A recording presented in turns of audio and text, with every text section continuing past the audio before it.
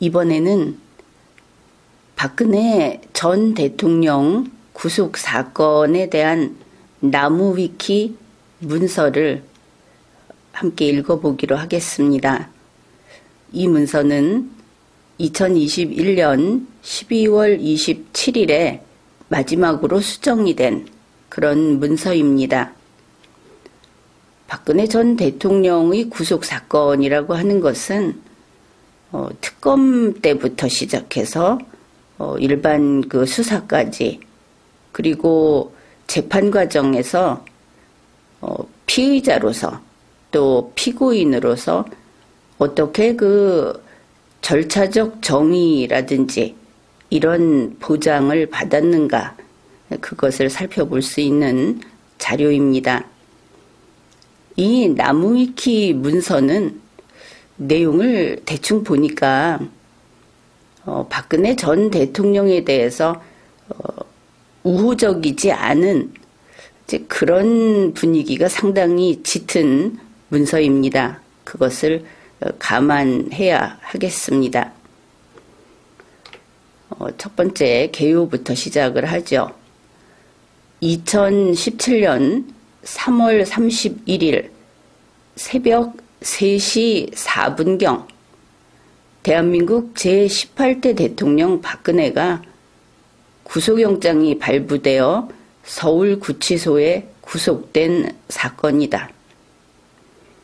우리가 다 알고 있는데 도대체 이 구속영장 발부 그리고 그 집행이 이렇게 새벽에 이루어져야 하는가? 이 부분은 극히 바람직하지 않은 그런 집행이다, 이렇게 봅니다. 왜냐하면 구속영장이 발부돼서 구속이 되는, 인신이 구속되는 국민의 입장에서는 더더욱 충격적인 사건이 될 것이기 때문입니다. 그리고 이때 구속이라고 하는 것은 흔히 무죄 추정을 받는 그런 피의자, 그런 신분으로 구속이 되는 것이기 때문에 특히 이런 것이 부당하다, 아마 그렇게들 생각을 할 겁니다. 타당한 생각이다, 이렇게 봅니다. 그래서 이때 박근혜 전 대통령은 13가지 혐의를 받고 있었다, 그렇습니다.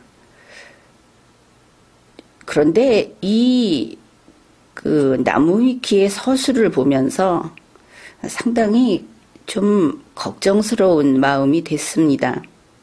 바로 이 마지막 문장입니다.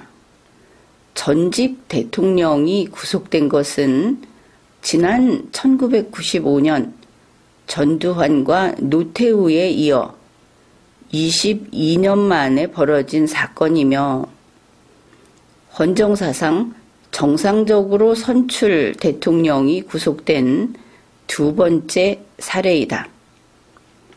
이렇게 서술을 해놨습니다. 그래서 이상하게 생각을 했죠. 대통령 이름이 셋이 나오는데 어째서 정상적으로 선출된 대통령은 둘뿐이라는 말인가. 이렇게 우리의 헌정사를 아주 독자적으로 개인이 다르게 이해하고 있어도 되는가. 그래서 이 두 번째 사례라는 줄을 봤더니 이렇게 줄을 달아놨습니다.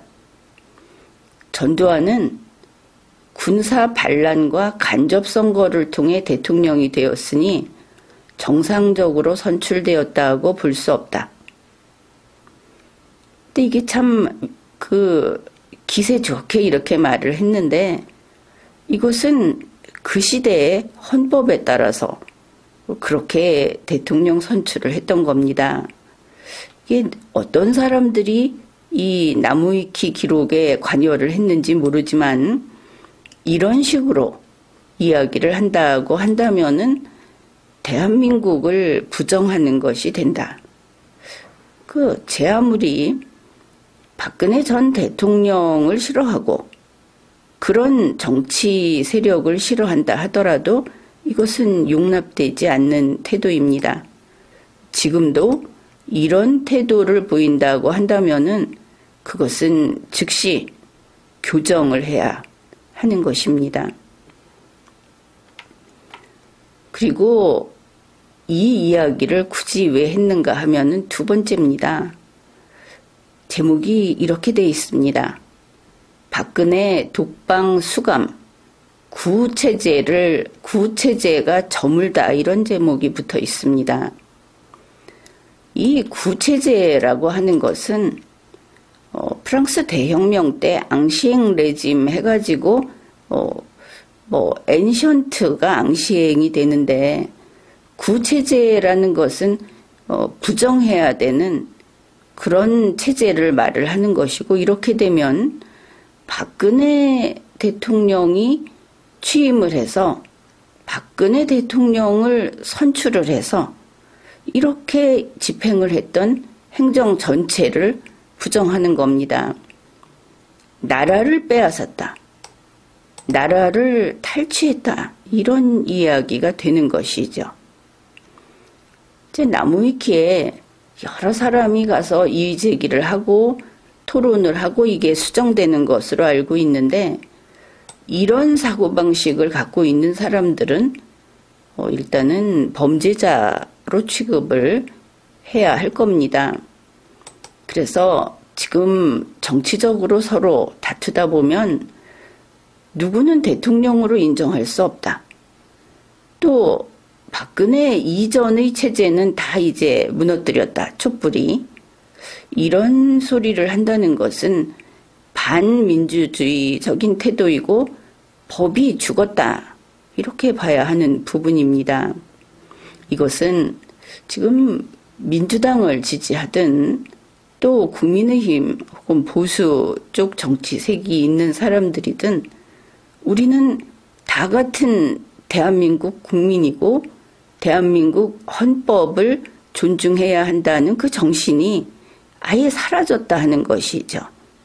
이런 것은 반드시 이제는 고치고, 이런 게 계속된다고 한다면은 법이 이것을 처벌을 하는 그런 그 절차가 제대로 밟아져야 한다, 이렇게 봅니다. 말도 못하냐?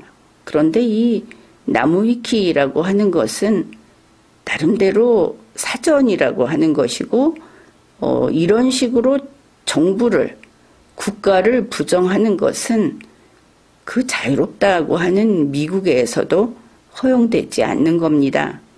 이게 한글이어서 이렇게 해도 된다고 한다면은 대단히 잘못된 것이고, 이 나라를 최소한 나라는 사랑하고 국민은 같이 살겠다 하는 인식이 있어야 하는 것이죠. 그래서 이 문서를 읽으면서 박근혜 전 대통령이 이 수사를 받고 재판을 받던 그 당시에 여러 가지 이 환경이라든지 사회 인식이라든지 하는 것이 적법 절차를 보장하는데 대단히 불리했겠구나.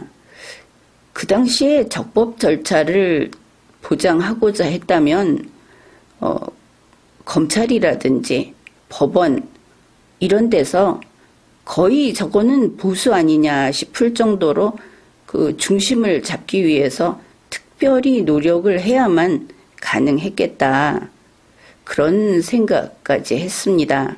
그래서 이 문서를 특히 들여다보는 것은 혹시 적법 절차를 지키지 못한 것이 재판의 정당성까지 손상시키는 그런 데에 이른 것은 아닌가 하는 그런 좀 의심이 생겨서 이걸 보기 시작한 것이죠. 내용을 보기로 합시다. 박근혜는 영장실질심사 출석 이후 결국 자신의 집으로 돌아오지 못하게 되었다. 사실이 그러했습니다. 그리고 어떻게 될 것인지, 장차 어떻게 될 것인지도 여기에 서술을 해 놓았습니다. 2017년에 만 65세인 박근혜는 총 징역 22년을 선고받아서 중간에 사면 혹은 병보석으로 추록 또는 가석방 되거나 87살 이상 장수라도 하지 않는 이상, 그러니까 그 전에 사망을 한다든지 이러면 사실상 감옥에서 생을 마감하여 영원히 귀가하지 못할 수도 있게 되었다. 결국 사실상 며칠 있자고 자택을 보수한 꼴이 되었다. 그러니까 집을 고쳤다는 이야기를 하는 모양인데 영원히 귀가하지 못하고 감옥에서 생을 마감할 것으로 지금 단정 짓고 있는 것을 알 수 있죠. 그런데 수사를 하고 재판을 하는 경우에 이런 식의 이야기를 하는 사람들이 있다니 참 개탄스러운 일입니다. 사람의 그 극악한 성격은 여기까지 이르는구나. 자기와 관계 별로 없는 사람, 공무원이 범죄를 좀 저질렀다고 한다면은 공정한 재판, 그 정도 바라면 될 겁니다. 그런데 이것은 잔혹성이 드러나 있죠. 감옥에서 죽어라. 그리고 이 나무위키가 지금도 그대로 공개되어 있습니다. 다들 이거를 무심히 보고 있는 것이죠. 우리 국민이 심성이 여기까지 이르렀는가? 참으로 개탄스러운 그런 면입니다. 2018년에는 뇌물은 정말 뇌물 따위로 만들 만한 초대형 범죄에 개입되어 있다는 정황들이 더 나오고 있어서 유기징역형에서 끝나면 다행인 수준까지 온 상황이다. 그러니 무기까지 갈 것을 생각하고 있다. 그런 것을 알 수 있습니다. 아무튼 이 서술을 보면서 이거 잘못하면 좀 피의자 피고인을 학대해도 모르는 채 오히려 박수 칠 것 같은 분위기다. 이런 불길한 생각이 듭니다. 두 번째, 구속영장 청구. 2017년 3월 27일에 검찰에서 박근혜 전 대통령에 대해서 구속영장을 청구했습니다. 그리고 3일 후가 됩니다. 3월 30일에 영장 실질 심사를 하기로 그렇게 되어 있다. 아마 그 당시에 이게 뉴스로도 많이 나왔던 것으로 알고 있습니다. 그 내용을 적어놓고 있는데 이것도 참 딱한 그런 내용입니다. 영장 청구를 한 그 청구 피의자는 실질심사가 진행되는 법원에 출석해야 하는데 이제 여기 나가지 않고 그냥 자기의 그 권리를 포기하는 경우도 있다. 그거는 혐의를 인정하거나 유죄라고 또 언론에 노출되기를 원하지 않아서 그럴 수가 있는데 이렇게 되면 검찰 측의 말만 검찰이 제출한 그런 서면만 가지고 실질심사를 하게 되고 당연히 피의자에게 매우 불리하다. 이 부분은 좀 문제가 있습니다. 영장 실질심사를 하는 법관은 어떤 정당한 사정이 있어서 출석하지 않는다고 했을 때 당연히 피의자에게 불리하게 판단을 한다면 그런 법관은 존재할 이유가 없습니다. 정당하지 않으면 구인을 해서라도 데려갈 일이고 정당해서 출석하지 않은 채 심사를 한다면 공정하게 심사를 해야 하는 것이죠. 이걸 보면 정말 그 흑백 논리에다가 내 편 아니면 적이다 하는 그 심리가 잘 나타나 있습니다. 이거는 내 편이 아닌 편 할 거 없이 반드시 고쳐야 합니다. 국민이 겨우 이런 수준으로 살아서는 그 나라는 장래가 없는 겁니다. 박근혜 대통령은 파면되기 전에 헌재에서 그 결정이 나오기 전에 검찰 수사도 거부했고 헌법재판소 출석도 거부를 했다. 그런데 이게 헌법 수호 의지 부족으로 비춰져서 헌법재판소에서 탄핵 인용을 하는 결정적인 근거가 되었다. 만일 이게 결정적인 근거가 됐다고 한다면, 단지 이것이었다면 헌재 결정은 정당한 것이라고 볼 수 없습니다. 다른 법리상에 충분히 그렇게 판단할 만한 것이 있었다. 이런 걸 재판관들이 제시할 수 있어야 한다는 뜻입니다. 그렇지 않다면은 다시 문제를 삼을 그런 일이 되겠죠. 그래서 이번에는 몸소 출석하기로 했다. 이렇게 기재를 하고 있습니다. 심리는 영장 실질 심사 그것을 가리킵니다. 근데 여기에 보면은 이 나무위키를 기록하는 사람들이 소위 친박이라고 하는 뭐 정확한 선은 좀 그런데 박근혜 전 대통령을 지지하는 그룹을 어떻게 보고 있는지 하는 것들이 나타나 있습니다. 제 구속영장이 청구되고 이러니까 아마 그때도 그 삼성동 자택 거기에 사람들이 다 찾아가서 걱정하고 뭐 슬퍼하고 뭐 이렇게 했었죠. 그게 TV에 나왔던 것 같습니다. 그런데 이 나무위키는 이렇게 기록을 합니다. 심리가 진행되는 서울중앙지법 그리고 삼성동 자택에 이 박사모들이 모여들어서 소란을 피워댔다. 이 사람들 눈에는 그렇게 보였던 모양입니다.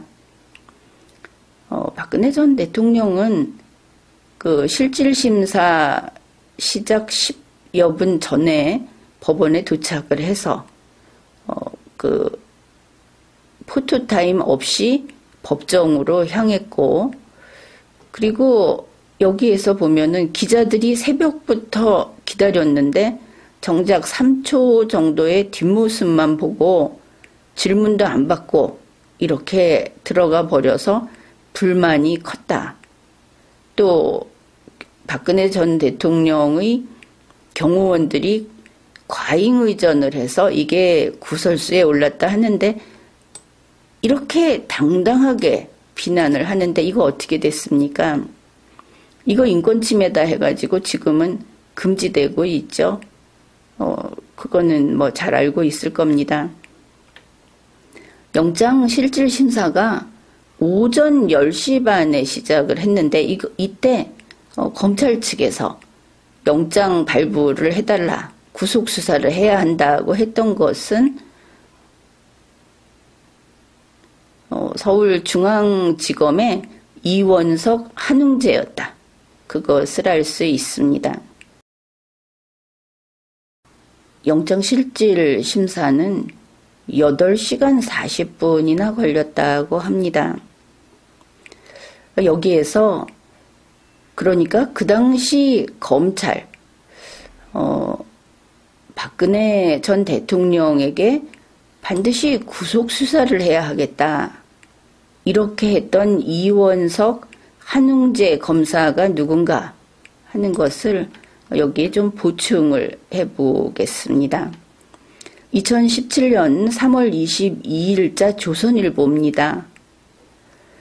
이 사람들은 2016년 10월 11월 이때 검찰 특별수사본부에서 최순실 게이트를 수사했던 검사들입니다. 한웅재, 그는 사법연수원 28기, 2011년 중수부 연구관으로 있을 때 그 특검팀의 수사팀장으로 파견됐던 윤석열 중수 이익과장을 도와서 저축은행 수사를 맡았던 인물입니다. 이원석, 연수원 27기. 이 사람은 2005년과 2007년 에버랜드 전환사채 사건, 또 삼성 비자금 사건 수사 이런 데 참여를 했었고, 중수부의 후신이라고 할 수 있는 대검 반부패부, 이 반부패부 많이 들어봤을 겁니다. 여기에서 수사지원과장, 수사지휘과장을 지낸 그런 인물입니다. 이들이 박근혜는 구속수사를 해야 한다, 이렇게 주장을 했던 것이죠. 맡은 역할이 그랬던 것입니다. 그래서 그 결과 구속영장이 발부됩니다. 그 새벽 3시 4분경. 여기에 대해서 구속영장이 발부되는 과정에서 어떤 시각으로 이것을 보고 있었는가? 이것은 상당히 중요하죠. 이 부분입니다. 이때 대부분의 그 법조인들은 박근혜가 중형을 받을 것을 예상하고 있었다. 그런데 요거는 그 다음 이야기가 되겠죠. 아직은 영장실질심사인데 이 사람을 구속수사할 것인가 말 것인가 하는 그런 어떤 판단 기준은 될 겁니다. 그런데 여기에 특히 전원책 변호사가 이렇게 말을 했다 하는 내용이 있습니다. 전원책 변호사는 박근혜가 무기징역까지 받을 수 있다, 이렇게 말을 했다는 것이죠. 2017년에. 참 특이한 이야기가, 검찰은 이미 호랑이 등 위에 탔다. 이제 내려올 수가 없다. 박근혜를 끝장낼 수밖에 없는 입장이다. 이게 전원책 변호사의 말이라고 합니다. 검찰이 박근혜를 끝장낼 수밖에 없는 입장이다. 그러면은 공정한 수사 같은 것은 이제 입에 올릴 수도 없는 상황이다, 이것을 알 수 있죠. 반드시 유죄를 위해서 이렇게 되는 겁니다. 왜 그런가 하면은 여기서 서술한 것은 그렇습니다. 검찰 수사가 미흡하면 최순실 특검이 엄청난 성과를 냈는데 그거하고 비교될 수밖에 없고 여론의 엄청난 질타를 받을 것이 분명하다. 이제 그 다음 부분이 중요하죠. 이미 특검에서 삼성 이재용 부회장을 구속시킴으로써 뇌물죄에 대한 큰 틀을 만들었기 때문에 이와 다른 결과가 나오게 된다면 여론의 눈초리를 받을 수밖에 없다.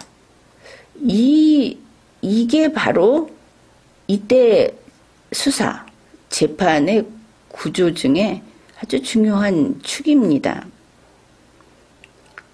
이재용 부회장으로서는 억울하겠지만 바로 박근혜를 잡기 위해서 이재용 부회장이 들어가지 않으면 안 된다, 이렇게 틀을 짜놓고 거기에 맞췄다, 그것을 충족시켰다, 이렇게 볼 수 있는 것이죠. 이재용 부회장이 뇌물죄가 성립이 되지 않으면 박근혜 전 대통령도 역시 여기에 얽혀 들어가지 않는다 하는 것입니다. 지금은 이 정도 볼 텐데 이것은 대단히 중요한 포인트입니다. 그래서 검찰이 공정하지 않구나, 어떤 목표를 가지고 그 목표 달성을 위해서 달려가고 있고 그 목표를 위해서 틀까지 만들었구나. 뭐 이런 것들을 확인할 수 있습니다. 왜 구속되었는가? 자, 이 내용도 우리는 좀 다른 관점에서 살펴볼 것인데 2017년 3월 27일 검찰이 구속영장을 청구했고 지금 30일에 실질심사를 했고 이렇게 되어 있죠. 그런데 27일에 구속영장을 청구했을 때 박근혜 전 대통령은 매우 억울하고 충격적이라는 반응을 보인 것으로 알려졌다. 이 부분이 중요합니다.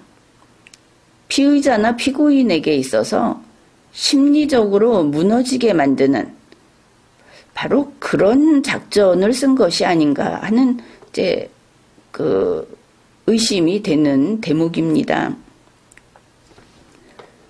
영장 청구 6일 전인 3월 21일 검찰에서 조사를 할 때 박근혜 전 대통령이 자신의 혐의를 부인했는데 검찰이 이거를 적극적으로 반박하지 않았다. 그리고 이제 이렇게 하고 나서 신문조서를 확인하지 않습니까? 그 신문조서를 뭐 7시간 동안 꼼꼼히 다 보면서 좀 정확하지 않은 부분, 자기에게 불리한 부분은 바르게 고쳐달라 하는 그게 이제 조서 수정 작업인데 이거를 검찰이 다 받아줬다 하는 것이죠. 그래서 박근혜 전 대통령은 설마 영장이 청구되지는 않을 것이다. 그래서 예상을 못했던 것으로 보인다 하고 이런 식으로 이야기를 하고 있고 이것은 다른 뉴스에서도 많이 나타나 있습니다. 이제 이게 원래 이렇게 가서는 안 되는 것이죠. 말이 안 되는 소리다. 검찰이 쇼를 하고 피의자의 심리를 흔들어 놓자고 한 것인가? 더 큰 충격을 주려고 한 것인가? 이것은 요즘식의 폭력이자 고문이다. 이렇게까지 볼 수 있는 부분입니다. 검찰은 피의자를 대할 때 진지하고 솔직해야 합니다. 거짓된 태도를 보이는 것은 그거 역시 공정하지 않은 것이죠.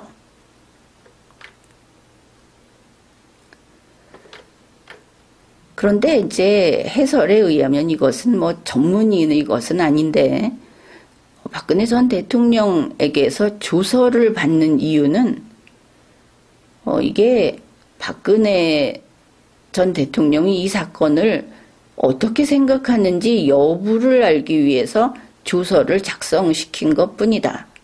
그런데 이 부분은 뭐 좀 판단하기도 인정하기도 어려운 이야기인데 아마 소위 좌파 측에서 이런 식으로 말을 하는 모양입니다.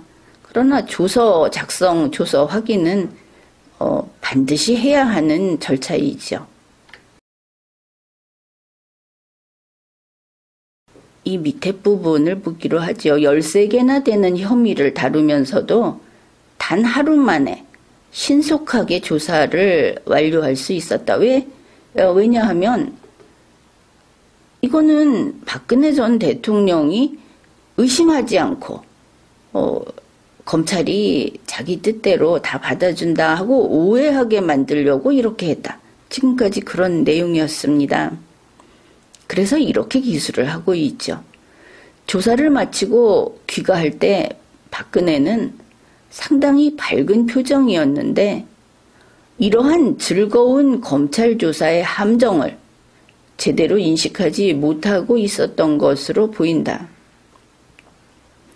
이거는 단지 나무위키라고 하겠지만 그 당시에는 촛불 군중이 힘을 쓰던 시대고 그렇다면 진짜 검찰은 이런 즐거운 함정을 팠던 것인가?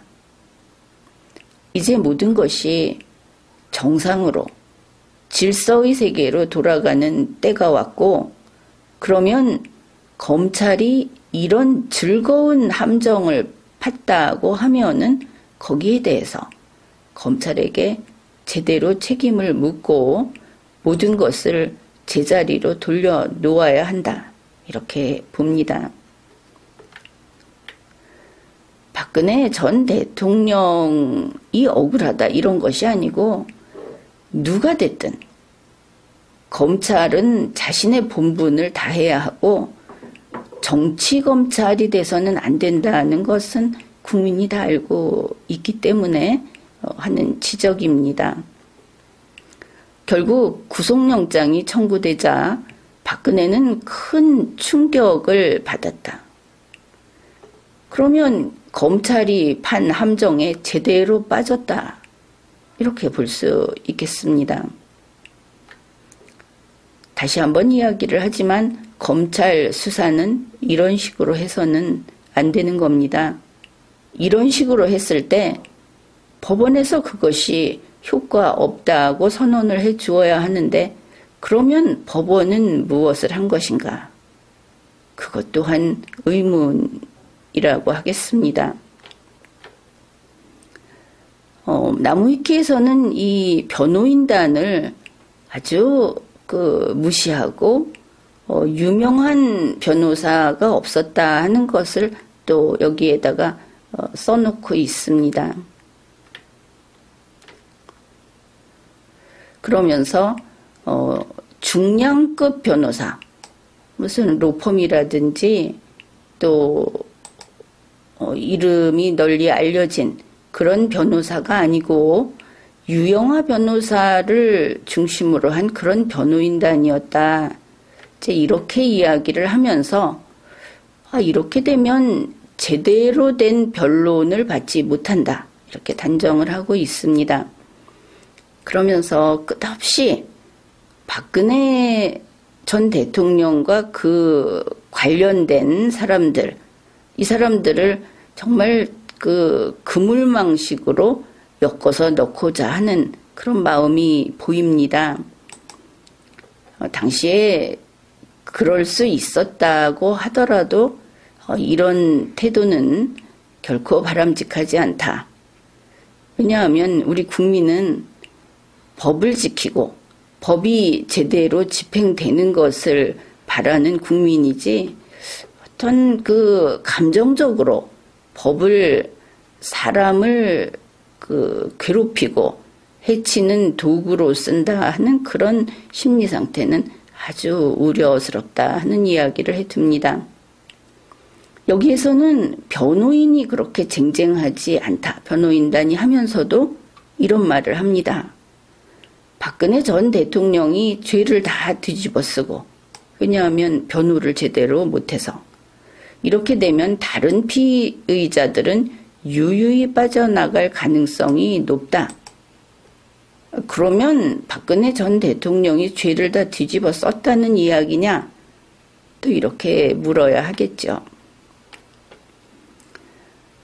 탄핵 심판에서 엉터리 변론으로 탄핵 인용에 오히려 그쪽을 도왔던 그런 변호인단이 이번에 검찰 조사에서도 매우 무능한 모습을 보였다.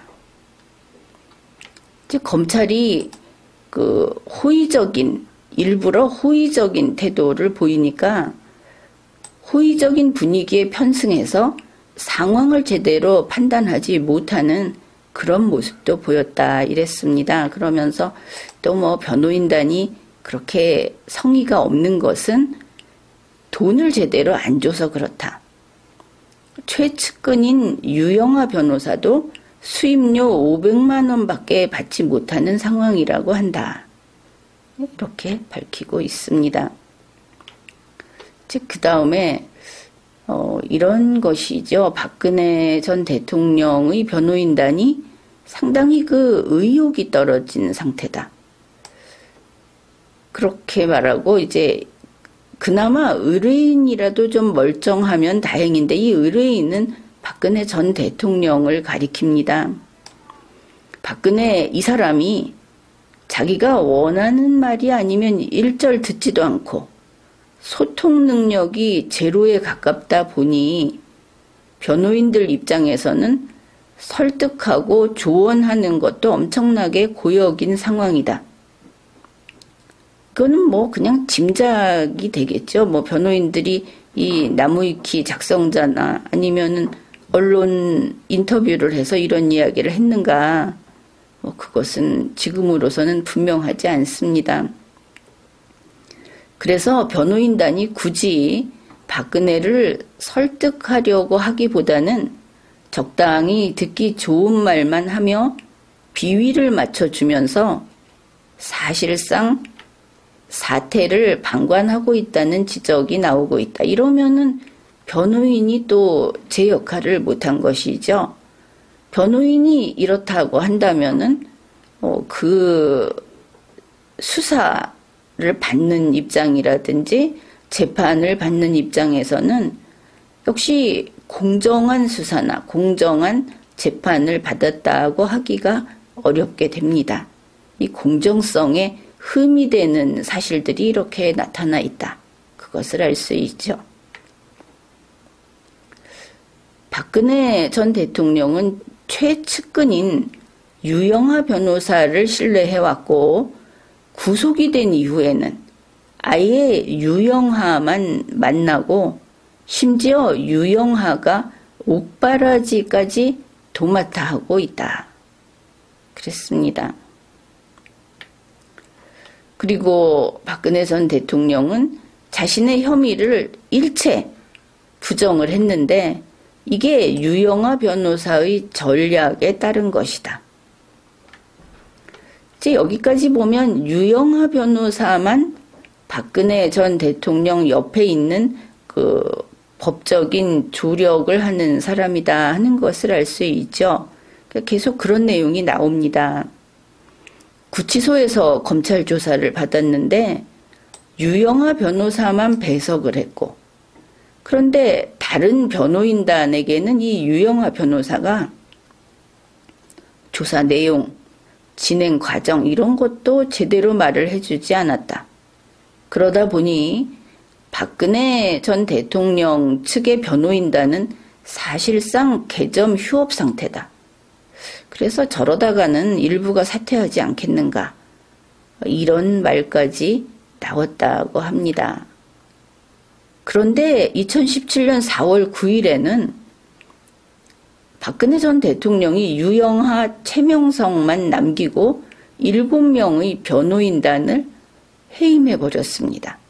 이제 이 경우 사임이 아니라 해임이다. 여기에서는 이렇게 기록을 했죠.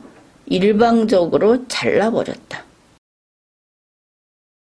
물론 그럴 만한 이유가 있었을 겁니다.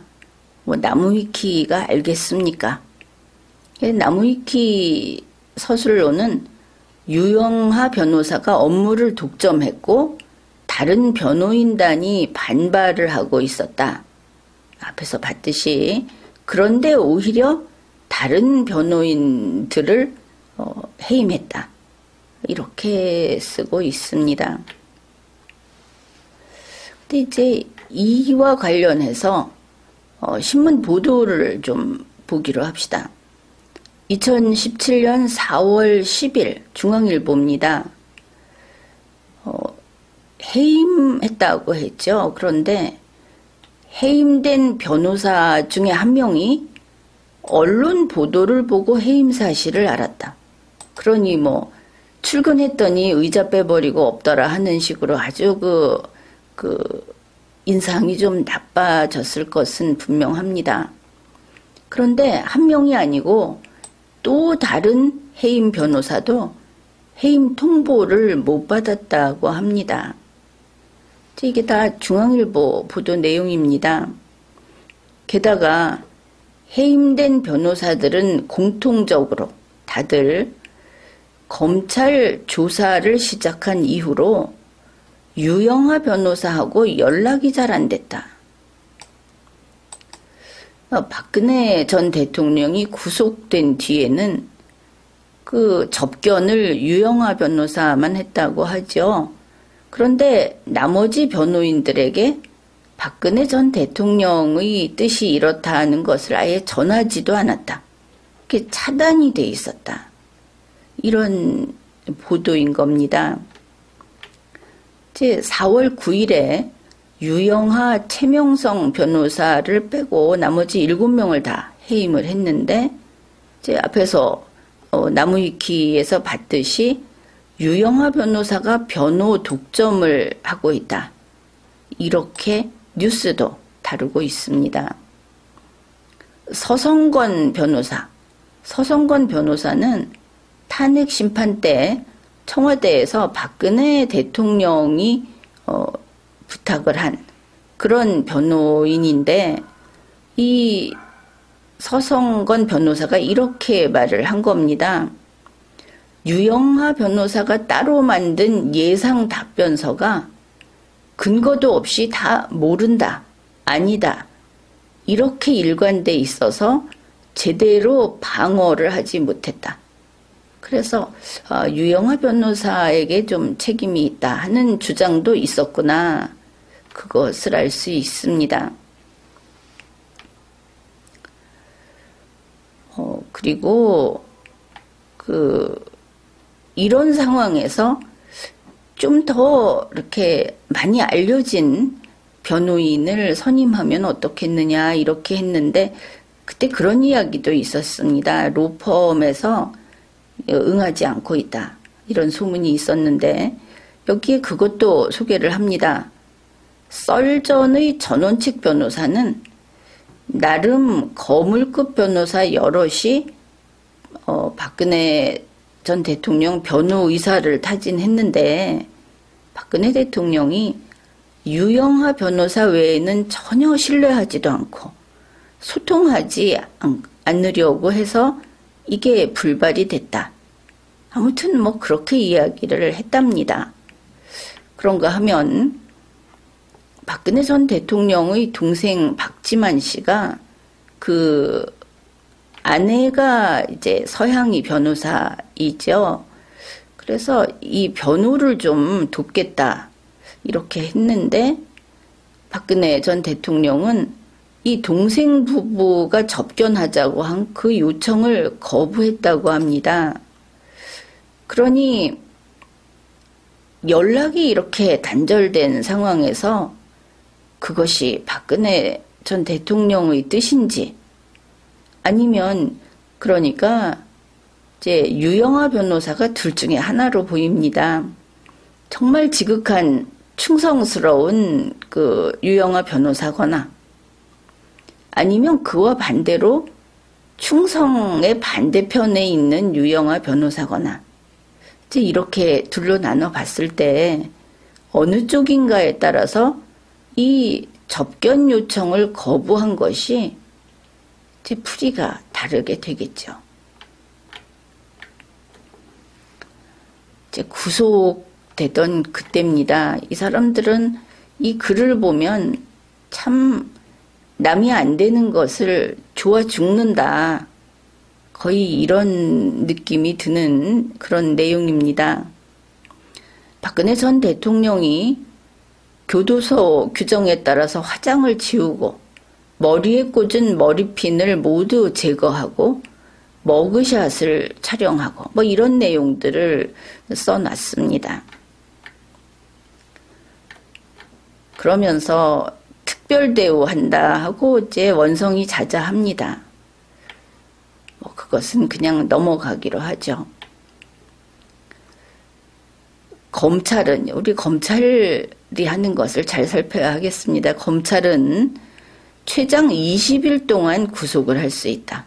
그러니까 이제 구속을 집행하고 5일 후인 2017년 4월 4일부터 조사를 하겠다, 이렇게 밝혔습니다. 참 눈길을 끄는 것은 이 부분입니다. 검찰은 박근혜 전 대통령의 구속이 이 구속과 수사라고 하는 것은 엄연히 피의자를 중심으로 이루어져야 하는 것이죠. 모든 것이 피의자 중심으로 가는 겁니다. 한 사람의 생명 신체를 좌우하는, 그 안전을 좌우하는 이런 문제니까. 그런데 박근혜 전 대통령의 구속이 그 당시에 있었던 보궐 대선, 여기에 미치는 영향을 최소화하기 위해서 대선 정국이 본격화되는 4월 17일 이전에 조사를 다 끝내고 재판에 회부할 계획을 세웠다. 이런 겁니다. 그러면 이렇게 해도 되는가? 대선이 있으면 그때 재판을 받는 사람은 대선을 위해서 서둘러서 조사를 하고 재판에 회부되어도 되는가? 그렇지 않겠죠. 여기서 대선에 미치는 영향을 최소화한다는 말 자체가 오히려 검찰의 대선 개입을 드러내고 있다. 누가 대선을 위해서 사람의 인생이 달려있는 이런 문제를 바꾸라고 했는가? 이 부분은 아주 심각한 문제가 있다. 이렇게 봅니다. 박근혜 전 대통령이 구속된 이후에 구치소에서 나오는 음식이 안 맞아서 소화 장애 증세를 보이고 있다. 이거야 음식이 안 맞아서 소화 장애를 일으키는 건지 건강이 안 좋아서 그런 것인지 구분을 해야 하겠죠. 이제 그 다음 내용이 참 심각합니다. 탄핵당한 후 이 거리로 인한 선거, 이거 보궐대선 맞죠? 문재인 씨는 보궐 대통령입니다. 잔여 기간 동안만 근무하는. 거기에서 문재인이 대통령에 당선이 되고 나니까 신문, TV, 언론 보도를 일체 끊었다고 합니다. 그리고 영어 공부에 매진하는 건 잘못된 얘기고 영안사전을 계속 들여다보고 있다 하는 것이죠. 이걸 특이 행동으로 보고 있습니다. 건강에 무슨 문제가 있다, 변화가 있다 하는 생각이 드는 부분입니다. 영안사전을 멍하고 계속 들여다본다. 그러니까 특이 행동이지 영안사전을 공부하는 것은 특이 행동이 아니고 단어를 이것저것 찾아보는 것도 특이 행동이 아닌 것이죠. 그 다음에 이제 이때가 2017년 5월 아닙니까? 이때 벌써 뭔가 이상하다. 그 다음에 2017년 10월, 이거는 이제 한참 건너뛰었는데 이때는 소설 대망을 읽고 있다고 한다. 그래서 무죄석방이 되면 정계 복귀를 노리고 있는 거다. 이런 기사도 나왔다. 이렇게 있습니다. 여기 내내 나무위키에 있는 내용인데 CNN에서 이런 보도가 나왔답니다. 구치소 차가운 방바닥에서 잔다. 빛이 환해서 잠도 못 잔다.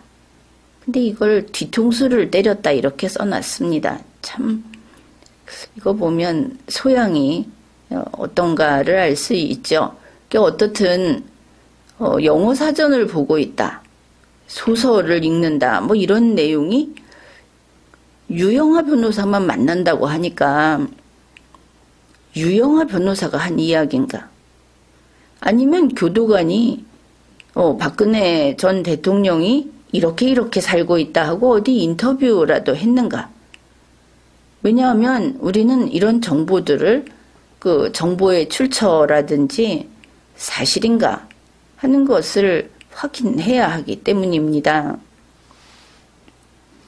위에서 우리가 그냥 넘어왔는데 보면은 박근혜 전 대통령의 경우에는 CCTV도 제거를 했다. 이런 내용이 있어서 박근혜 전 대통령의 생활은 정말 유영하 변호사 아니면 직접 옆에 드나드는 교도관이 아니고는 완전히 가려져 있다. 무슨 일이 있는지 알기 어렵다. 이런 상황인 겁니다.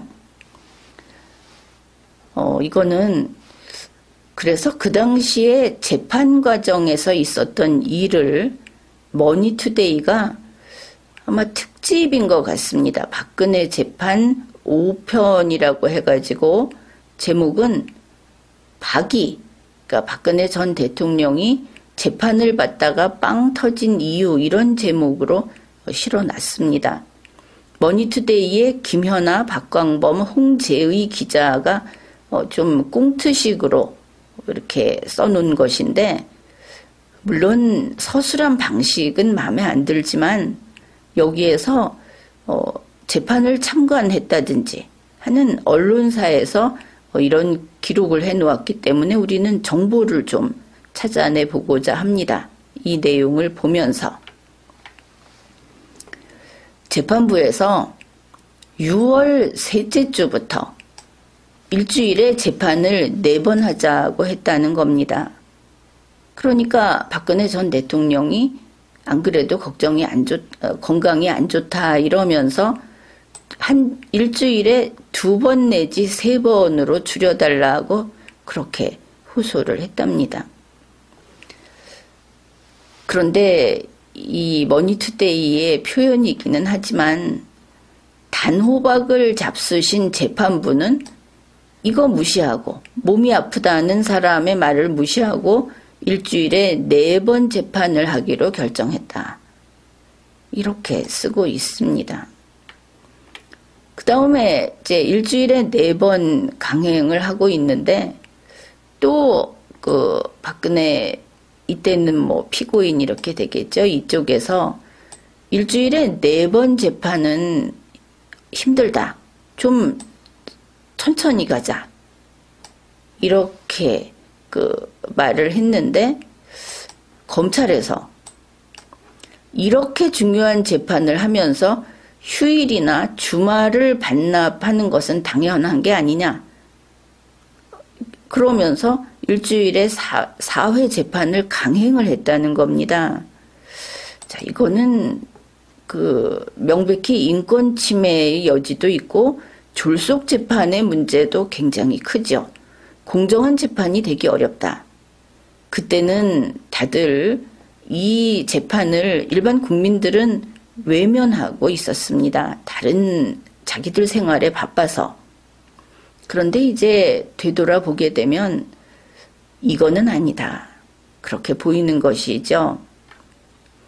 그래서 박근혜 전 대통령 측 그 유영하 변호사가 되겠죠. 여기서는 주 4회 재판은 살인적이다. 계속 얘기를 했는데 법원에서 주 4회 재판을 그냥 강행했습니다. 그거 말고는 안 된다. 뭐 불러야 할 증인이 100명이 넘는다. 그거야 법원 사정이지. 그런데 법원이 자기네 편한 대로, 그리고 더구나 건강이 안 좋다는 피고인 측 그쪽 말을 들어주지 않았다. 이거를 알 수 있습니다. 이제 여기서는 박근혜 전 대통령이 뭐 웃었다 하는 그걸 다루고 있는 거니까 이제 슬슬 이야기를 하겠죠. 검찰과 박근혜 측 변호인이 반박을 서로 주고받고 있을 때 박근혜 전 대통령이 부쩍 피곤한 얼굴로 앉아 있었다. 양손에 보호대를 차고 들어와서는 자꾸 눈을 감고 고개를 떨구고 의자에 기대고 그랬다. 유영하 변호사가 박근혜 전 대통령이 너무 힘들어해서, 그래서 진술을 그냥 서둘러 끝내버릴 정도로 힘들어했다. 머니투데이의 이야기니까 사실일 가능성이 크겠죠. 그런데 이제 이렇게 박근혜 전 대통령이 급속도로 힘들어하고 있었다. 지금 보면 건강 상태가 안 좋다는 것을 계속 여기에서 확인할 수 있습니다. 박근혜 대통령이 부쩍 힘들어할 때 재판은 본격적으로 일주일에 4번씩을 계속 강행을 했다. 이 말이, 여기 표현이 그렇습니다. 박근혜의 구속기간이 끝나기 전에 선고까지 마치려고 부스터를 단 거다. 자, 이거 보면 검찰도 법원도 이게 해서는 안 될 짓을 했다 이렇게 보입니다. 이거 다시 봐야 되지 않겠는가? 재판 스케줄은 좀 읽어봅시다. 월요일, 화요일에 삼성 뇌물 사건 재판을 하고 수요일은 쉬고 목요일, 금요일에 SK와 롯데 뇌물 사건을 재판하고 그래서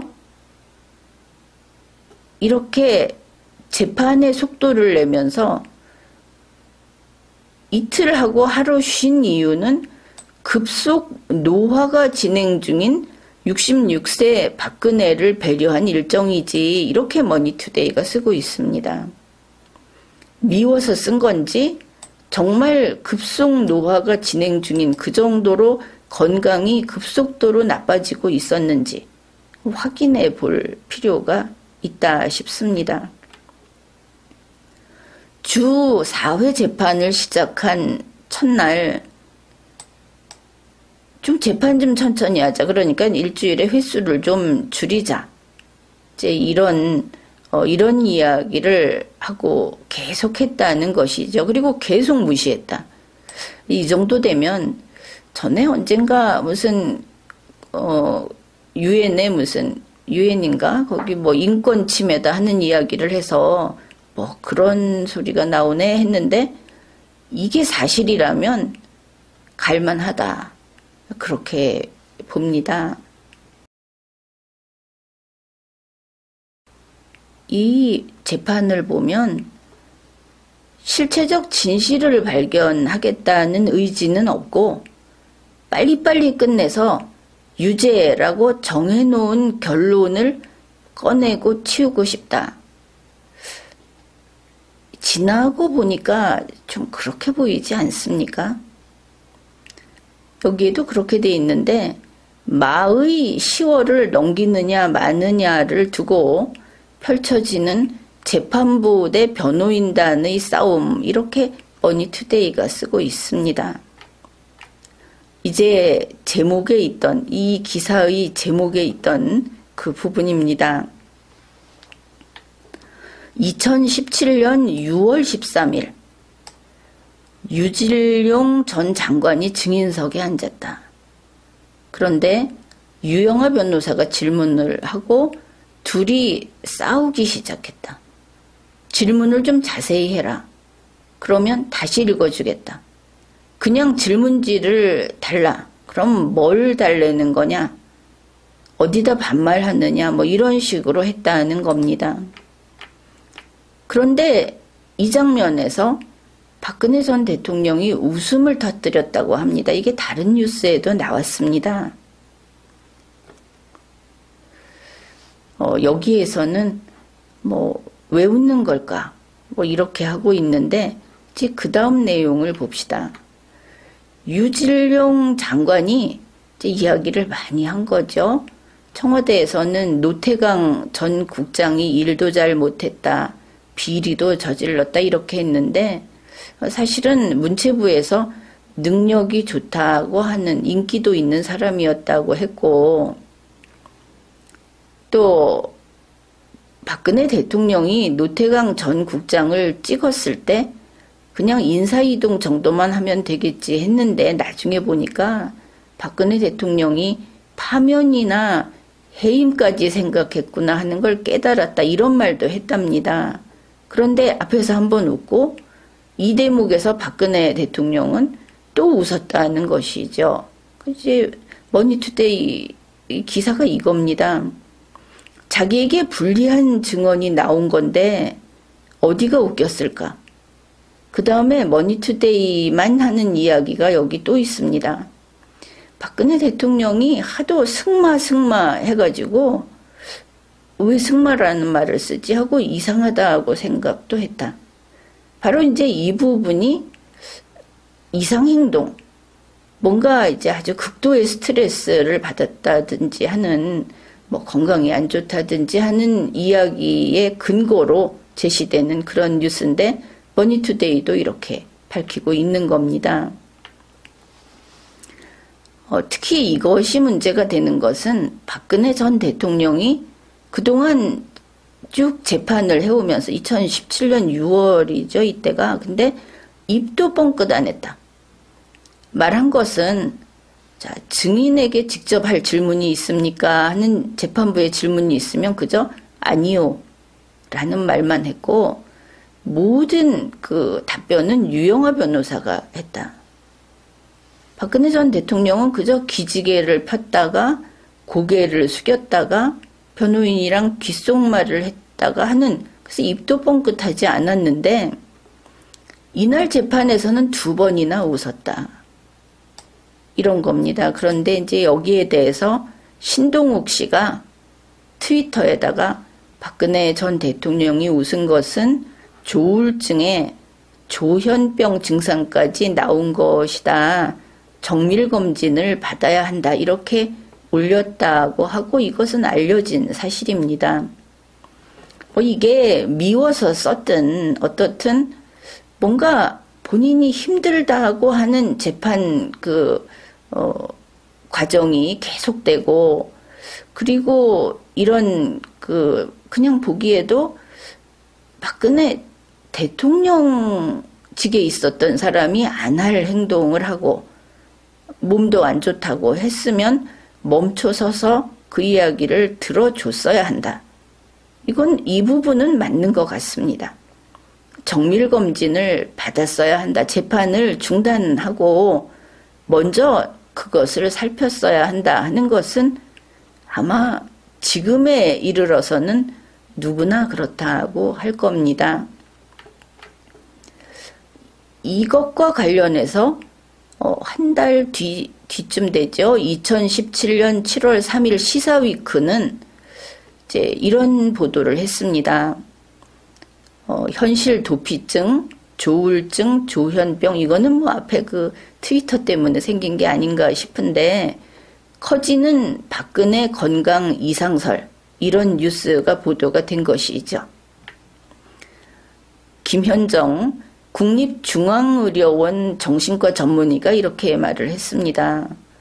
현실을 받아들이기 어려울 때 회피, 왜곡, 부정하는 방어기제를 발동할 수 있다. 지금 보면 검찰이 어떤 심리적 안정을 무너뜨리는 술수를 너무나 많이 썼고, 법원도 재판하는 일정이 사람이 흔들릴 수밖에 없는 그런 일정을 강행했고, 이런 것들이 이런 그 전문가들의 말을 그게 맞는 것 같다.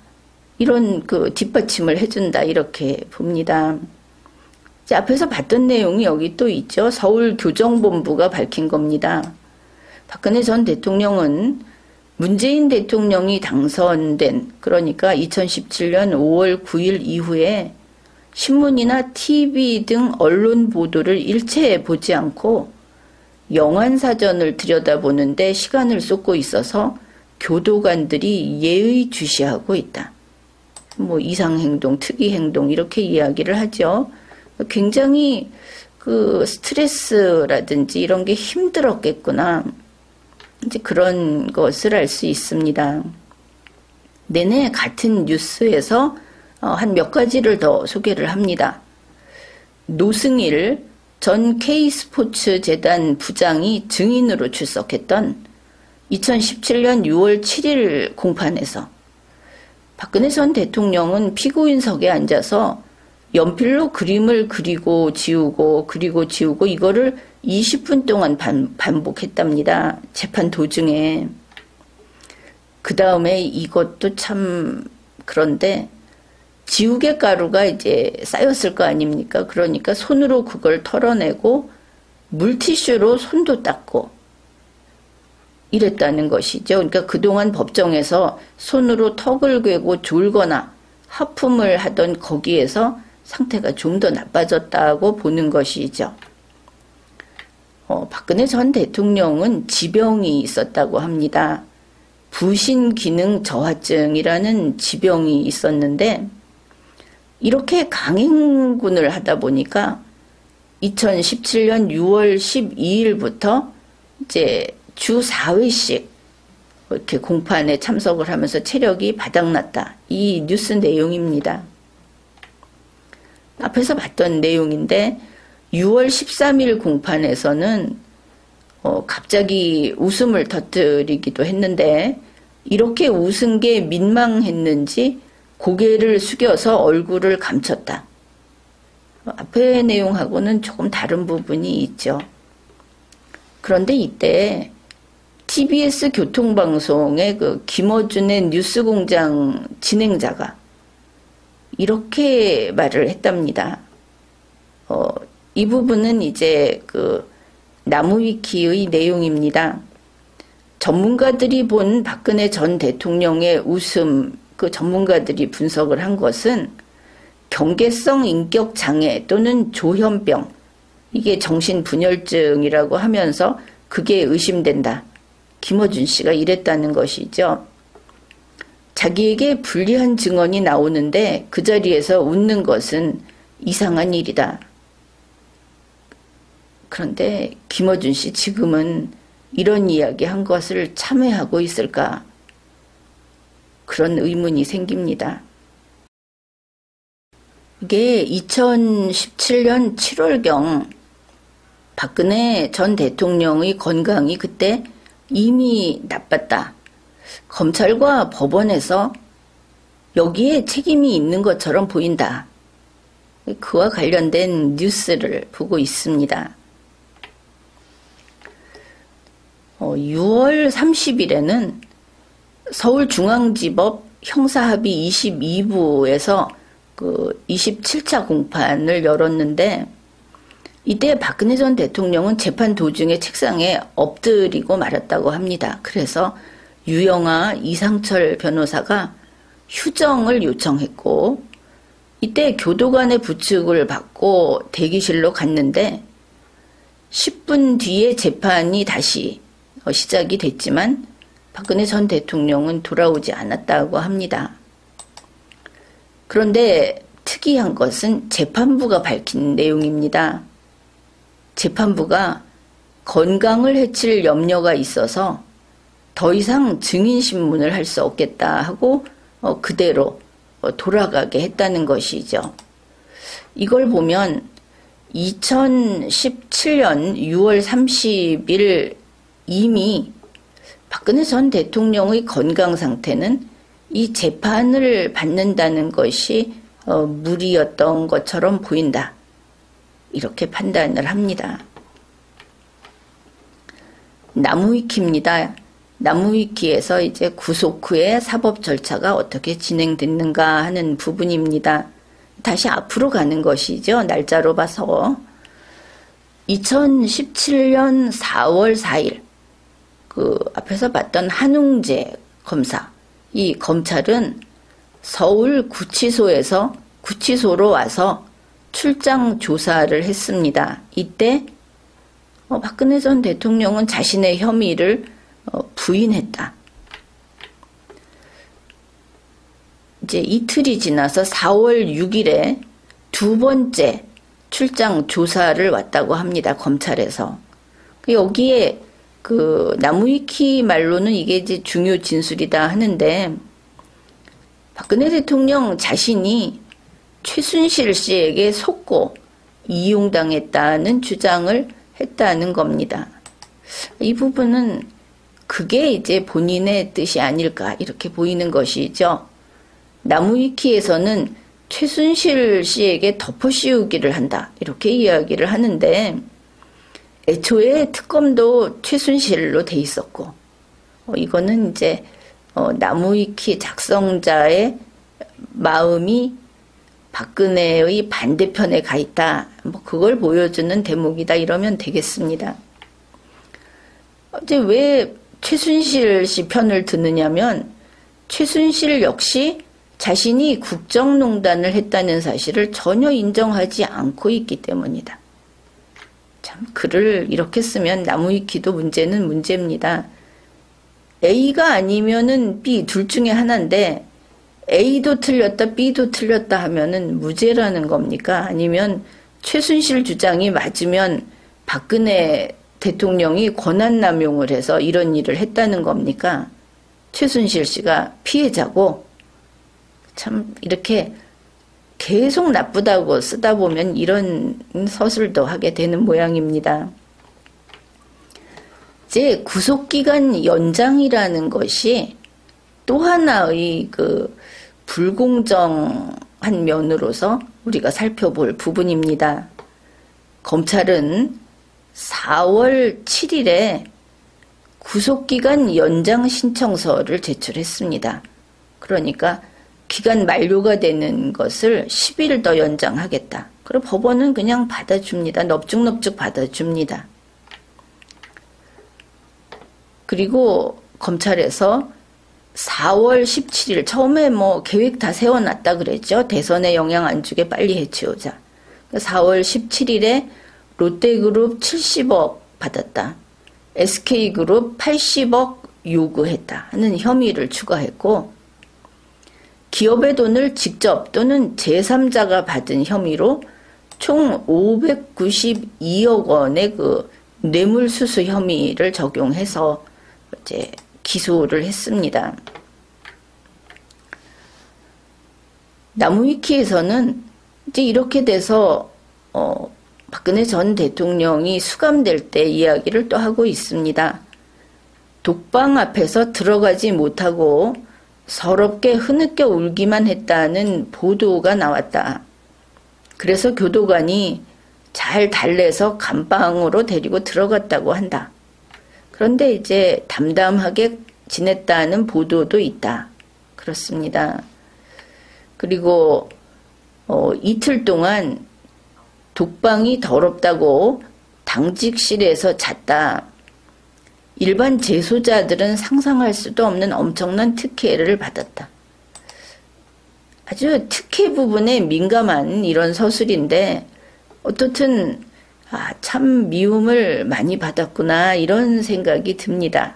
이 대목에서 대중들 뭐 그게 일부라 하더라도 대중의 미움을 받는 그런 형사 피고인은 좀 공정한 대우를 받기는 어렵다. 이거를 지켜주는 것이 법원이고 검찰인데 지금까지 보면 법원과 검찰이 오히려 앞장서서 불공정하게 일을 처리했다. 이제 이런 느낌이 상당히 진합니다. 이런 그 구속이 되던 그때의 내용도 있습니다. 국정농단 세력들은 그러니까 박근혜 전 대통령 측을 가리키는 것이죠. 반응이 어떤가? 연합뉴스 보도 내용입니다. 청와대, 당시 황교안 대통령 권한대행이 맡아있던 청와대에서는 무겁고 참담한 분위기에 휩싸여 있었다고 하면서 그 참모 중에 한 명이 불구속 수사 원칙이 지켜지기를 바랬는데 너무너무 참담하고 비통하다.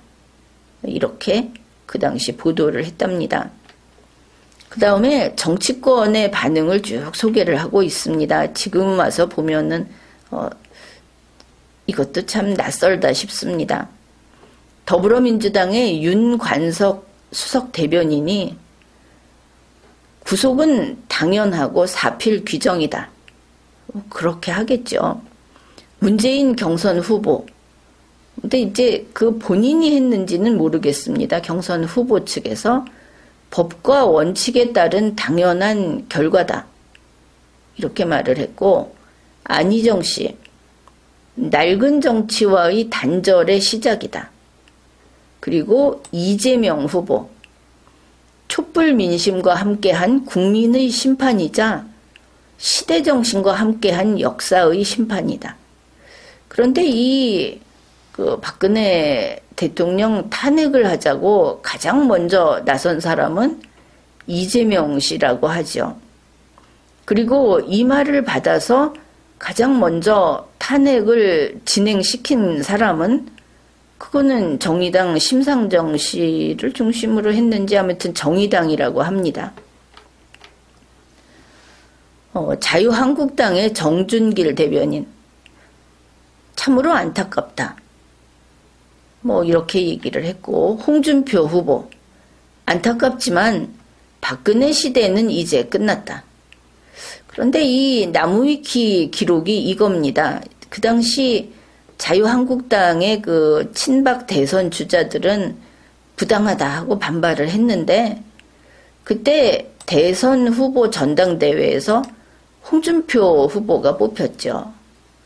근데 그것을 이렇게 설명합니다. 유일하게 구속이 부당하다 하면서 반발하지 않았던 사람으로 뽑혔다. 이렇게 밝힌 것이죠.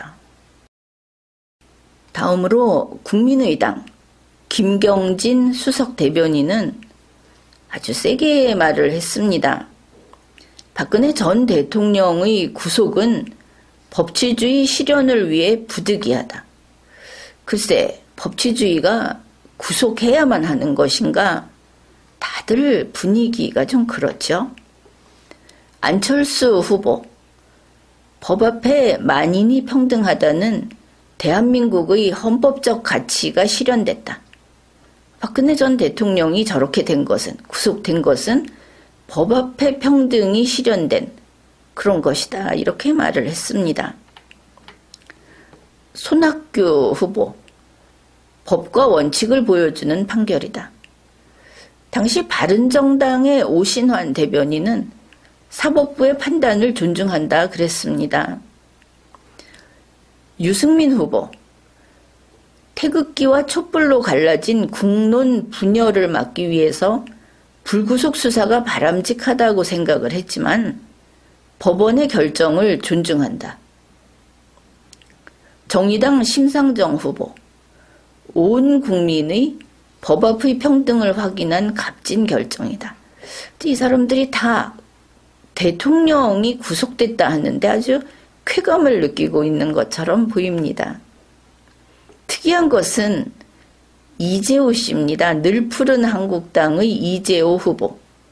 이 사람은 과거에 어쩌다 친이로 분류가 됐었는데 근래에 보면 친이하고는 관계가 없는 듯이 이제 성격이 분명해진 것 같습니다. 그는 이렇게 말을 했습니다. 5.16 쿠데타로 시작된 반민주적 독재 권력이 전두환 노태우를 이어서 2017년 3월 31일 56년 만에 박근혜 뇌물죄 구속으로 끝났다. 참 이 부분은 이상한 것이 이재호 씨는 그러면 1961년 5.16부터 박근혜 정권까지를 싹 도려냈기 때문에 제2공화국을 이제 이어가자는 이야기인가. 여기까지의 대한민국 헌정사를 이렇게 부정하는 인물이 이재호였던가. 새삼스럽게 그런 생각을 하게 됩니다. 그 당시 시민사회 반응이다 하면서 나무위키가 올려놓은 부분입니다. 삼성동 자택 인근에 있는 주민들이 속이 다 후련한 마음이다 이랬답니다. 이게 군중입니다. 군중을 믿고 군중에 의존을 하면 안 되는 것이죠. 군중이 당당한 국민으로 되기 전에는 언제나 힘 앞에 이렇게 굴복을 한다 싶습니다. 그렇게 속이 후련할 것까지는 없지 않습니까? 참여연대, 박근혜 정권의 적폐를 청산하고 새로운 대한민국을 세우는 출발점이 되어야 할 것이다. 여기서 적폐 청산이 나왔습니다. 그리고 지난 근 5년간 대한민국이 적폐 청산으로 누더기가 됐습니다. 그게 참여연대 입에서 나왔구나. 민주노총, 유죄 유벌에 어떤 권력자도 예외가 있을 수 없다는 결정이다. 그러면서 이거 민주노총에서 어떤 여자가 이야기했나 싶은 아주 쪼잔한 그런 이야기가 여기 있습니다. 평등한 식단과 스스로 설거지하는 등으로 노동의 의미도 알게 될 것이다. 박근혜 전 대통령에 대한 미움과 그 혐오감, 이런 게 참 적나라하게 나타나 있다, 이렇게 보입니다. 경실련, 지금 국민의힘에 경실련 사람들도 많이 가 있죠. 국민의힘, 그 바른정당계 국민의힘에 동지적으로 이렇게 가 있는데, 경실련 쪽에서는 이럽니다. 박근혜 전 대통령 구속은 당연하다. 그러면서 우병우 구속 수사에 적극 나서라. 아니, 검찰이 임의 수사를 하든 강제 수사를 하든 상관이 없는데, 이 사람들은 강제 수사가 목표다, 이거를 알 수 있죠. 묘한 사람들입니다. 이제 앞에서 잠시 봤던 구속기한 연장 부분을 보겠습니다. 이제 법에 따르면 처음에 검찰이 구속영장을 받으면 20일 이내에 기소를 해야 한다. 이거는 이제 수사 단계의 구속입니다. 그 다음에 이제 재판 과정에서의 구속. 1심에서 6개월, 2심에서 6개월, 3심에서 6개월 구속시킬 수 있다. 이제 꼭 이렇게 필사적으로 구속을 해야 하는가 싶은 생각이 들죠. 이 1심에서 뭐 앞에 봤던 내용입니다. 검찰에서는 그 구속해 놓은 상태로 2017년 4월 17일에 기소를 했는데, 이제 그 다음에 재판으로 넘어가죠. 1심 재판, 여기에서 2017년 10월 17일 0시가 이제 구속기한 만료일입니다. 그러면 만료일이면 그 석방하면 되지 않습니까? 2017년 6월부터 건강이 그렇게 안 좋았다는데 반드시 구속재판을 해야 했던가? 이거 복수인가? 그런 생각도 들죠. 그런데 재판이 구속기한 만료일 내에 끝나지 못한다는 이유로 검찰에서는 2017년 9월 26일에 추가로 구속영장 발부를 법원에 제출합니다. 기존의 구속영장에 포함되지 않았던 기소 단계에서 추가된 혐의를 가지고 또 구속해라, 이렇게 요구를 한 것이죠.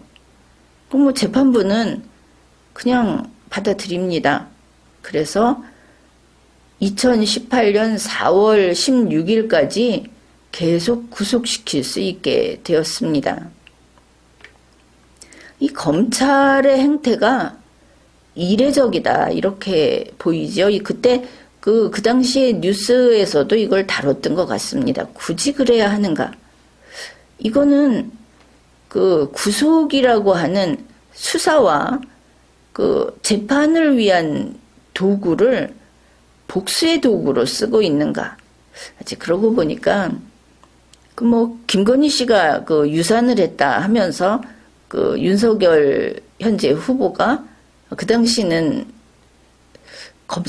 검사였죠. 아주 그냥 그 치를 떨고 있는 것처럼 보인다. 그리고 뭐 이거는 꼭 연결시킬 것은 아닌데 김건희 씨는 복수하겠다, 이런 이야기를, 뭐 그런 류의 이야기를 이번에 그 녹취록에 수도 없이 나와 있습니다. 그래서 이거 진짜 복수인가, 그런 생각도 들고. 그런데 윤석열 검사는 뭐 복수할 이유가 있다고 치는데 박영수 특검은 왜 그랬을까? 박영수 특검이 무슨 원한이 있는가?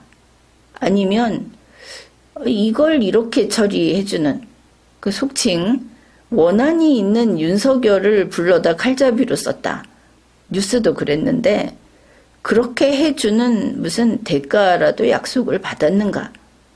참 이해할 수 없는 그런 일들이다 싶습니다. 여기에서 우선 날짜 몇 개를 짚어보기로 합시다.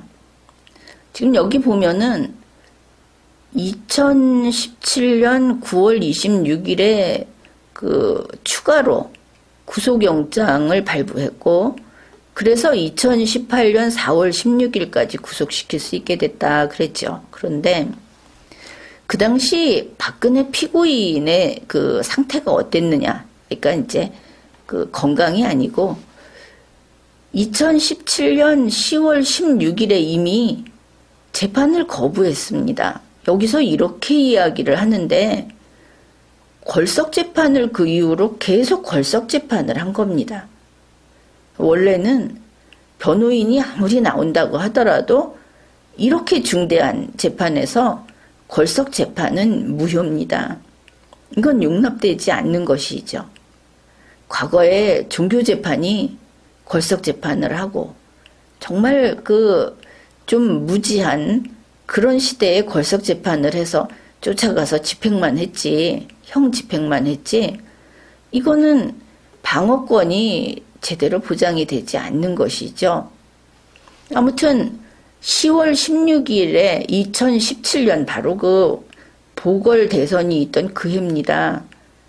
그해 10월 16일에 재판을 거부하고 아예 법정에 안 나갔습니다. 그리고 그때 변호인단이 전원 사임을 해버려서 변호인도 없는 상태였던 것이죠. 그런데 법원은 10월 19일에 국선 변호인을 선임하겠다고 알리고 10월 25일에 서울중앙지법 김세윤 재판장 형사 22부에서 직권으로 국선 변호인 5명을 선정했습니다. 그리고는 그때부터 이 생판 처음 보는 이 새 변호인단에게 안 그래도 자기들이 뭐라고 했습니까? 뭐 12만 쪽인가? 웬만해서는 빨리 읽을 수도 없다고 하는 그거를 새 변호인단에게 빨리빨리 자료 검토해라. 뭐 30일, 20일, 뭐 하여튼 그 기간 동안에. 그리고는 11월 27일에 재판을 재개했다는 것이죠. 국선 변호인이 이름만 붙어 있으면 변호를 한 것인가? 이거는 심각한 흠결입니다.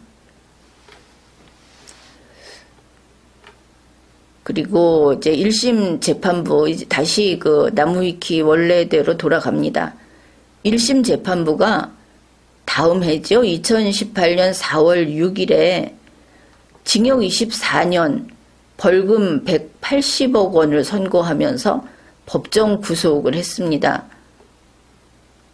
아이, 무슨 법정 구속을 했다는 것인가? 하여튼 그렇습니다. 그리고는 계속 구속 상태였죠. 그런데 검찰이 어떻게 했는가? 무죄가 나온 부분에 대해서 검찰은 즉시 항소를 합니다. 그래서 박근혜 전 대통령은 2심 재판을 받게 되고, 그렇게 되니까 2018년 10월 16일까지 구속기한이 그냥 늘어나 버린 것이죠. 이거는 사람을 그냥 쥐어짜는 것처럼 보입니다. 2심 재판부에서 징역 25년, 벌금 200억 원을 선고했습니다. 그랬더니 검찰에서 다시 무죄가 나온 부분에 대해서 상고를 했습니다. 그리고 2018년 10월 1일 또 대법원이 박근혜 전 대통령의 구속기간을 2개월을 연장을 합니다. 그뿐이 아닙니다. 2019년 2월 7일에 대법원은 박근혜 전 대통령의 구속기한을 또 연장을 합니다. 그래서 2019년 4월 16일까지로 구속기한이 연장이 된 것이죠. 참 사법사에서 보기 드문, 이거는 재판도 아니다, 이 절차만 보고 하는 이야기입니다. 그런 생각이 듭니다. 그런데 그 다음에 이거는 이제는 하도 이러니까 무시무시하다는 생각도 안 듭니다. 이건 거의 개그냐. 2019년 4월 17일 0시에 박근혜 전 대통령 구속기한이 만료가 되죠. 그랬더니 2018년 11월 28일 새누리당 공천 개입 사건으로 징역 2년을 선고받았던 그 형기를 게시를 합니다. 이게 시작이 돼갖고 이제 기결수니까 나머지는 다 미결수인데 그래서 그대로 구속이 돼 있는 겁니다. 이제는 구속이 아니라 그 징역형을 사니까 감옥에 있는 것이죠. 그래서 2021년 4월 16일까지 계속 감옥에서 못 나오게 돼버린 겁니다. 그리고 나서 이제 2020년 7월 10일 징역 20년을 선고를 하고 이게 이제 파기환송심에서 그런데 검찰은 여기서도 끝을 안 냈습니다. 검찰은 직권 남용 부분에 무죄 판결을 한 데 대해서 불복하고 대법원에 재상고를 합니다. 그렇지만 2021년 1월 14일에 이 상고는 기각이 됐고 징역 20년형이 확정이 됩니다. 이렇게 된 것이죠. 그래서 이제 원래는 2039년 3월 30일까지 감옥에 있게 이렇게 된 겁니다. 재판의 옳고 그름을 떠나서 이 절차상의 문제가 대단히 문제가 있게 보인다. 그런 생각을 할 겁니다. 자, 앞에서 그 이야기를 했죠. 2017년 10월 16일 박근혜 전 대통령이 이제 재판 출석하지 않겠다. 이때 한 발언이 아마 발언문이 지금도 남아 있을 겁니다. 그때 이 나무위키에서 밝힌 내용입니다. 법원에 출석해서 이 재판은 법치의 이름으로 그 이름만 빌린 정치 보복이다. 그래서 더 이상의 재판은 무의미하다. 그러니 마음대로 하시라 이런 식으로 한 것이죠. 그래서 사실상 재판 거부를 선언했고 그 이후로 재판에 출석하지 않았다. 물론 같은 날 그 변호인이 전원 사임했고 앞에서 그건 살펴보았습니다.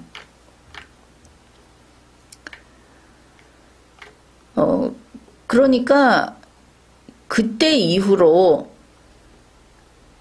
그 법원에서 직권으로 국선변호인단을 꾸렸는데 면담을 거부했답니다.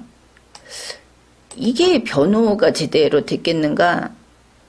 그래서 2017년 12월 근데 그 이후로는 모르겠는데 국선변호인들이 피고인하고 인사조차 나누지 못한 상태에서 변론을 했다. 변론 준비하는 시간도 그렇고 본인과의 대화도 없었다. 이게 변호인이 있는 거냐 생각해 봐야 하겠죠. 이제 나무위키 끝부분입니다. 여기에 보면 이제 여담 이렇게 해놨는데 박근혜 전 대통령이 검찰 수사 과정 영장 실질 심사 이럴 때 박정희 전 대통령 이야기를 자주 했다 이렇게 써놨습니다. 그리고 그때 이런 내용인 것이죠. 나는 아버지의 뜻에 따라 나라를 다스렸다. 또 어렸을 때 부모님을 잃었다 하는 이런 발언들을 자주 했다고 합니다. 근래에 이제 윤석열 씨가 바로 이 박근혜 전 대통령에 대해서 저렇게 했던 그 검찰 거기에 있던 윤석열 씨가 국민의힘 대선 후보로 됨으로써 참 난처한 상황이 됐습니다. 2022년 1월 3일에는 그래서 석동현 변호사가 윤석열 후보를 좀 변명하고자 한 이야기겠죠. 나와서 이런 궁색한 말을 했습니다. 2017년 3월 31일 구속영장을 청구하고 이랬던 것은 윤석열이 한 게 아니다. 당시에 이영렬 서울중앙지검장이 한 거다. 그때 윤석열은 국정농단 사건 특검의 수사팀장이었다.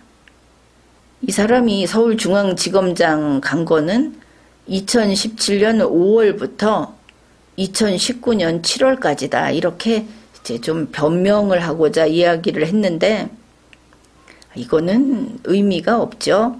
앞에서 봤듯이 박영수 특검에서 박근혜 전 대통령을 엮어넣기 위해서 큰 틀을 짰다 그러지 않습니까? 실제로 법리상으로도 그 삼성 부회장을 뇌물죄로 엮어서 먼저 집어넣고 그 다음에 박근혜 전 대통령을 넣자고 했던 것은 아마 판결서를 봐도 그렇고 그게 그렇게 틀이 짜여 있지 않았으면 불가능했다 하는 것은 이미 밝혀진 사실입니다.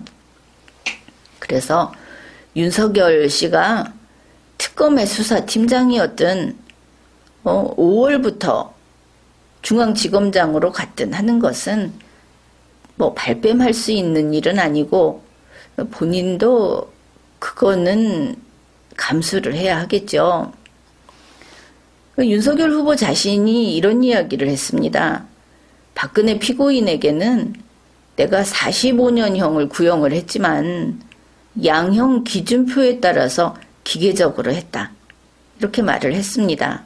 그런데 나무위키에서 지금 그리고 뉴스를 살펴봤듯이 기계적으로 근데 양형이라고 하는 것은 기계적으로 하면 안 되죠. 정확하게 해야 되는데 최대치를 한 게 아닌가 이렇게 보이고 45년형이 나오도록 정말 전심전력을 다했다. 뭐 비난하는 것은 아닙니다. 최대한 유죄로 이왕이면 유죄로 그리고 이왕이면 더 무겁게 뭐 이렇게 한 그런 의미에서 아주 센 열심히 활동한 검사다. 그렇게 평가를 해야 하겠죠. 그래서 지금 이 나무위키를 이제 5년이 다 돼가는 이 시점에 그러니까 우리가 이제 세월이 많이 지났고 다시 돌아보는 겁니다.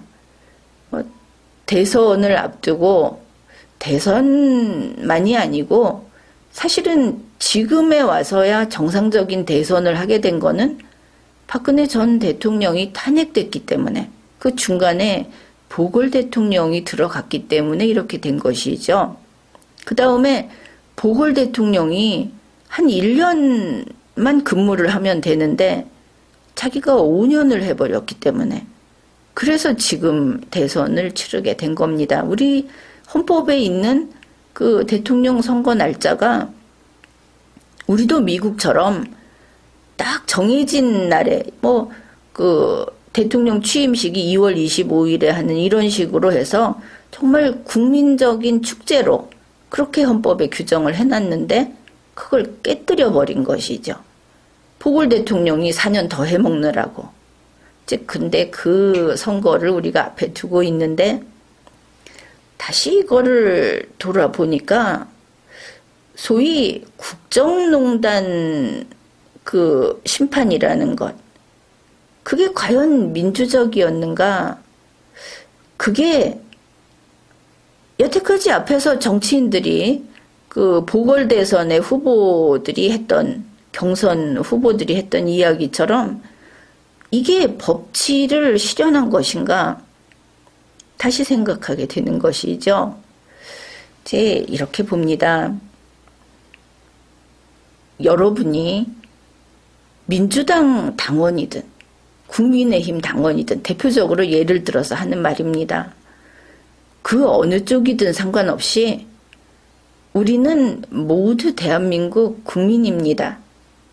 우리는 대한민국 헌법 아래에서 그리고 이 나라를 우리가 지키고 우리의 다음 세대에게 그들이 이어서 이 나라를 계속 지탱할 수 있도록 해주면서 국민이 법의 보호를 받고 개인의 자유와 개인의 권리를 보장받고 본인이 짓지 않은 죄는 군중이 목소리를 높인다고 해서 그 처벌을 받는 일이 없는 이런 나라를 이어가고자 합니다. 그렇기 때문에 만일 절차상의 위법이 있었다, 공정하지 않은 재판이었다, 그렇다면 설령 내가 정의당 당원이든 민주당 당원이든 상관없이 그거 틀렸다, 우리 국민은 그건 안 된다, 이렇게 이야기를 해야 하겠습니다. 지금까지 리걸마인드 연구소였습니다.